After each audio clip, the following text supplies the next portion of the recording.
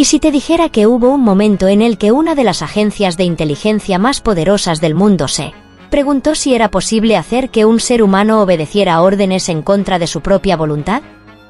No es el argumento de una película. Esa pregunta aparece en documentos reales desclasificados. Y cuando empiezas a leerlos, descubres que la realidad puede ser mucho más inquietante que la ficción.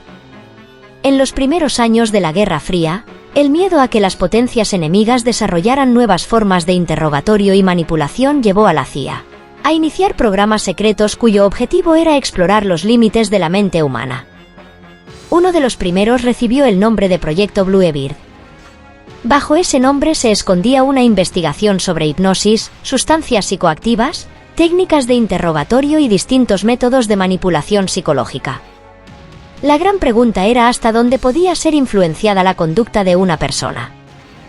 ¿Se podía alterar su memoria? ¿Se podía obtener información contra su voluntad? ¿Se podía hacer que actuara de una manera que nunca habría elegido por sí misma?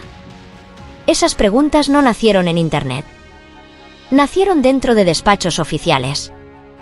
Y eso es lo que resulta tan inquietante. Bluebeard no fue el final. Fue solo el comienzo. Poco después apareció el proyecto Artichoke, que amplió las investigaciones. Los documentos desclasificados muestran que los investigadores continuaron explorando la combinación de hipnosis, drogas y presión psicológica como posibles herramientas para interrogar o influir en el comportamiento humano. Y más tarde llegó el nombre que cambiaría para siempre la historia de los programas secretos, MKUltra. Bajo ese proyecto se financiaron numerosos experimentos en universidades, hospitales y otras instituciones. Algunas personas fueron sometidas a pruebas sin su consentimiento informado, algo que más tarde sería duramente cuestionado y condenado. Muchos documentos fueron destruidos antes de que el programa saliera a la luz, pero los que sobrevivieron fueron suficientes para demostrar que estos proyectos existieron. Y aquí es donde la historia da un giro.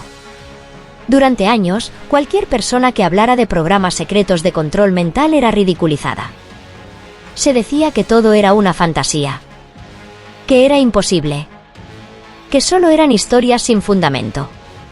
Sin embargo, el paso del tiempo demostró que, al menos en parte, aquellas sospechas tenían una base real. Los programas existieron. Los documentos existen. Las audiencias del Congreso también existieron. Lo que sigue generando debate es hasta dónde llegaron sus resultados, porque la evidencia disponible no demuestra que consiguieran un método fiable para controlar completamente la voluntad de una persona. Pero tal vez esa no sea la pregunta más importante. La pregunta es otra. Si un gobierno estuvo dispuesto a invertir recursos, tiempo y dinero en intentar descubrir hasta dónde podía manipular la mente humana, ¿qué nos dice eso sobre los límites que estaba dispuesto a cruzar en nombre de la seguridad nacional?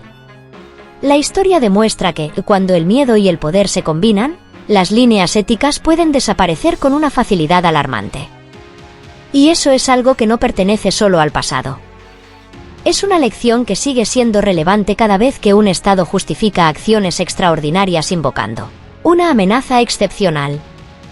Por eso, quizá lo más inquietante no es imaginar lo que podría haber ocurrido. Lo más inquietante es saber que Bluebeard existió, que Artichoke existió, que MKUltra existió, y que todo empezó con una pregunta tan simple como escalofriante: ¿hasta dónde puede llegar el ser humano cuando el poder decide explorar los límites de la mente? Y si te ha gustado el video, compártelo, dale un like si no lo has hecho y suscríbete para recibir más videos como este. Con ello nos ayudarás a crecer en la comunidad del saber.